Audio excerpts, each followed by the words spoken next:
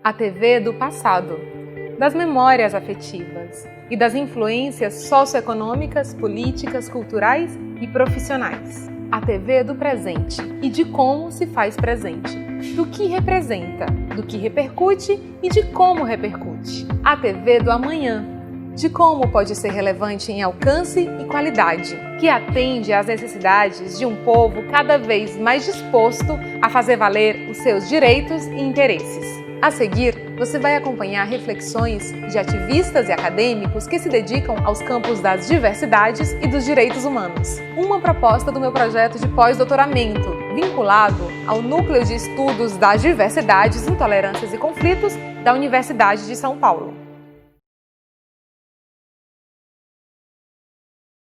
Eu sou Leona, tenho 33 anos, sou uma mulher transfeminista, sou multiartivista, sou diretora, atriz, roteirista, canto, danço, apresento. Me formei muito a partir da TV também, porque é um veículo que sempre esteve aí pra gente. Hoje eu sou cofundadora da Casa Chama, uma organização civil, existe há 2 anos, pensada e criada para pessoas transvestigêneres. A primeira infância, eu acho que a TV brasileira ela foi muito recheada de programas para criança mesmo, né? Desde Xuxa, Mara, Vovó Mafalda. Então eu tenho muita lembrança desses programas, principalmente Xuxa. Eu era bastante fã mesmo, não só eu, como todo mundo, acho, né? E esses são os principais programas que eu me recordo. Angélica também. Teve a TV Manchete, que eu acho que era um canal muito para criança, assim, porque para além de ter essa programação para criança, com programas direcionados, né, para criança, tinha também aquelas séries de Jaspion, de Pequena Patrine, todos esses seriados assim que passavam e que eu me recordo que eu gostava muito assim de assistir. Então tem essas lembranças, assim, embora eu tô com 33 anos, né? Então, por exemplo, TV Colosso também eu me recordo bastante, mas eu não era tão criança, eu acho, já, ainda. Mas a minha recordação de infância mesmo são sempre esses programas direcionados, assim. Eu me recordo muito, eu tenho essa memória, assim, que eu questionava o que é o jornal, para que é, e hoje em dia é algo assim que uma das coisas que a TV ainda me prende, TV aberta principalmente, são os noticiários, assim. Então eu tenho bastante essa reflexão, assim, de infância, de gostar muito dos programas direcionados para a gente e ao mesmo tempo também não gostar do jornalismo, né? Eu sou atriz, hoje em dia eu sou uma multiartivista, né, atriz, diretora, roteirista, então a TV, ela influenciou muito, assim, nos meus desejos, nas minhas vontades enquanto profissional. Eu sou apresentadora também, então eu tenho, como desde pequenininha eu gostava muito desses programas para criança, acho que Xuxa é uma grande referência, Angélica é uma referência. Aí eu vou entrando para a adolescência, tinha um programa com a Monique Evans que chamava Noite Afora, que trazia uma discussão também da sexualidade, de sexo. Eu gostava bastante.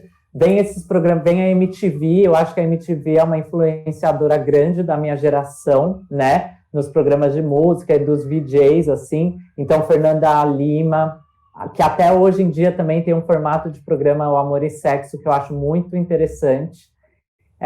Então eu não tenho como não falar que eu fui influenciado e ainda sou por essas apresentadoras, principalmente. Programa de auditório, assim, eu acho bem interessante também. Então até Hebe Camargo, para mim, passa a ser uma referência, porque a gente vai identificando como é o formato de você apresentar, enfim. E eu sou muito alerta para esses programas, assim, até hoje, se eu estou zapeando, assim, a TV aberta, e tem esses programas, assim, mulheres, eu sempre paro e fico avaliando um pouco, ou analisando um pouco, para ir estudando mesmo, assim, os formatos enquanto essa profissional que talvez eu sou ou venha me tornar. Então, as referências, elas estão aí, é impossível fugir delas, né? Nossa, eu acho que a televisão é a grande influenciadora dessa nação, assim. Eu tenho essa perspectiva porque eu fico pensando assim, hoje, o Brasil é enorme, né? E a diferença de classe social, enfim, é muito grande, mas você pode ver que tem muitas famílias que ela não tem um banheiro, mas ela tem uma televisão, né? Então, os programas, eles chegam, principalmente no canal aberto, eles chegam para toda a família brasileira, assim, a Dona Maria lá do Sertão, o Seu José do Norte, Nordeste, enfim. Todas as regiões do Brasil são ligadas, por mais que ele é muito grande, né? Elas são ligadas pela TV. E eu vejo que a TV é uma grande influenciadora política, econômica, questão de cultura também. Eu vejo que, principalmente, por exemplo, Rede Globo hoje, quem não conhece o Jornal Nacional, quem não assiste uma novela da Globo, quem não conhece, sei lá, Luciano Huck, Faustão. Então é impossível a gente falar que a TV não é uma grande influenciadora. Por mais que hoje a gente viva na era da internet, a TV ela está sempre aí ocupando esse lugar de levar informação ou de desinformar também. E é impossível falar que não, né? Assim, você vê que as novelas assim do Brasil, elas são consumidas no mundo inteiro. E é interessante como cada personagem, cada novela, por exemplo, novela das 8, 9, né, enfim, que são as novelas mais assistidas, como as personagens dessa novela influenciam culturalmente na gente, né? Então, vou dar um exemplo, assim, aquela novela da Jade, lembra? Caminhos da Índia. Como o Brasil inteiro estava se vestindo como a Jade, estava com um acessório como a Jade.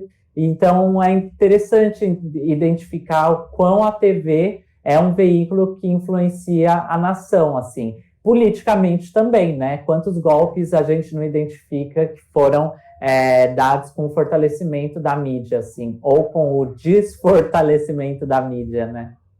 Eu lembro que eu devia ter uns 6 aninhos, assim, e foi quando aquela atriz, a Daniela Pérez, foi morta, né?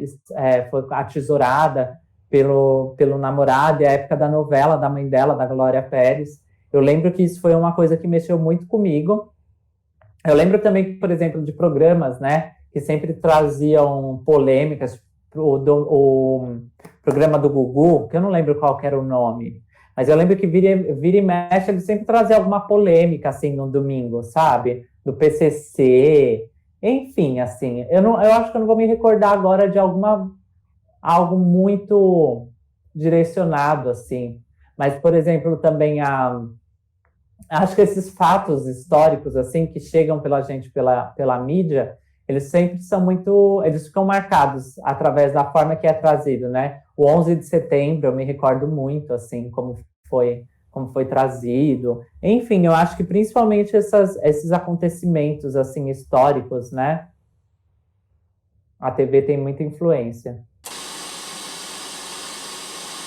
Eu vejo TV, porque, como eu disse, eu sou atriz, sou apresentadora, então eu acabo sentindo a necessidade de assistir como estão acontecendo, né? Tanto o lugar da atriz quanto o lugar da apresentadora. Então, eu vejo TV, acho que hoje, para falar a verdade, eu acabo assistindo TV, eu não vejo com muita frequência, como eu já vi em algum momento da vida, mas quando eu vejo muito jornalismo.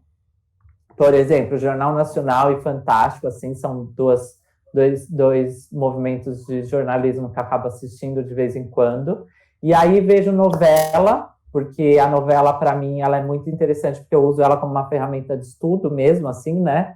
E eu acho que é mais isso, assim. E tem os programas que eu acho interessante, assim, que vira e mexe, é interessante até pelos convidados, por exemplo, Conversa com o Bial é bastante interessante, dependendo do convidado. Tem esse programa da Tata Werneck, né, que é um talk show com comédia, que eu acho muito bacana, eu acho que é um material, assim, que eu estudo também bastante.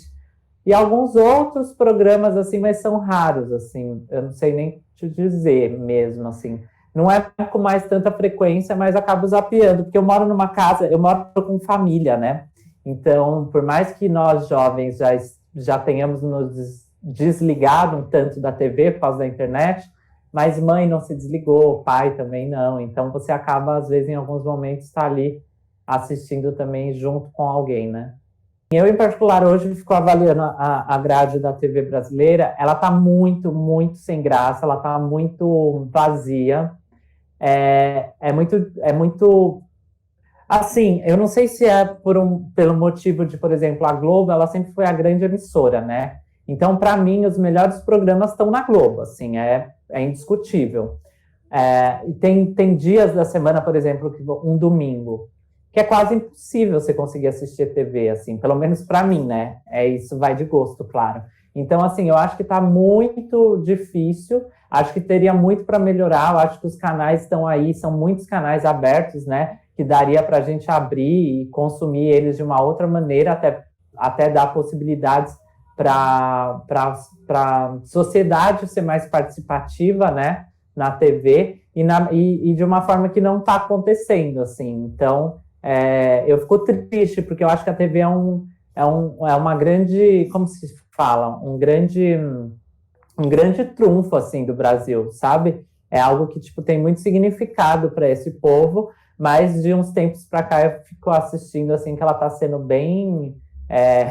tá caindo muito o nível, sabe? Essa é a minha sensação. Há 10 anos atrás você não via um apresentador preto, uma apresentadora negra, um jornalista negro como temos hoje. Há um tempo atrás você não via numa novela da Globo uma atriz trans, uma narrativa travesti. Há 10 anos atrás você não via se discutir assuntos de dissidência, assim, né? Você não se via discutir sobre gordofobia, sobre pessoas com deficiência física. Então, assim, era muito moralismo e muito fechada, assim, na cisnormatividade, digamos, né? E de tempos para cá, graças muito à nossa luta, né, das dissidências, a gente já tem assistido e tem consumido material destinado, assim, para a gente, não só material de entretenimento, mas também material de pesquisa, de estudo mesmo, né? Eu acho isso urgente e muito importante, ainda bem que isso está acontecendo. Então, hoje você liga a TV, você já vê uma jornalista, uma âncora de jornal preta, você vê a mocinha da novela trans, você vê a mocinha da novela gorda, e eu fico muito feliz, assim, com isso. Eu acho que isso era urgente acontecer. E tem um lugar da TV que durante muitos anos trouxe a visibilidade, principalmente para a questão LGBTQIA+, que era a comédia, mas sempre foi uma comédia que sempre estereotipava muito, marginalizava muito, zotificava muito, né? Principalmente pessoas trans, travestis e homossexuais. Então, eu via isso como não ser saudável. Eu acho que um dos grandes pilares da comédia no Brasil é a LGBTQIA-fobia total, assim, né? Se você fosse avaliar todas as personagens dos grandes comediantes, estavam aí caçoando de um corpo trans ou de um corpo de uma identidade de gênero ou de uma orientação sexual. Então, aos poucos, a gente está mudando isso, eu vejo. É um processo, né? De primeira, como essas narrativas estão e ainda estão sendo construídas por pessoas normativas, tem uma grande problemática, né? Porque se não tem representatividade, quando se traz uma narrativa de uma história de uma moça trans ou de uma travesti, sempre já geram aquele estereótipo já que está acostumado todo mundo, né? Mas hoje em dia a gente já está tendo muitas pessoas alertas e com escuta para a nossa luta. Então, eu já começo a identificar umas narrativas mais empoderadas e que fazem mais significado, sabe? Mas ainda é muito pouco, a gente está no início. Eu acho que isso é de 2 anos para cá. Então, se você for pensar que a TV tem 70 anos, né? É muito pouco tempo, assim, é o princípio, é o início. Pessoas pretas dirigindo o programa ou construindo conteúdos, pensando conteúdos, escrevendo roteiros, pessoas trans também à frente da câmera, né? Naturalizando a corporeidade delas, escrevendo, dirigindo. Eu acho que não existe outra forma de se alterar o sistema normativo e moralista se você não incluir essas corpas, não incluir essas narrativas nos lugares de poder. Assim, não existe outra maneira de se fazer isso. Você vê isso com a negritude, né? Durante quantos anos um país escravocrata como o nosso, durante quantos anos o corpo preto nas narrativas de ficção eram sempre o porteiro, ou o ladrão, ou o prestador de serviço.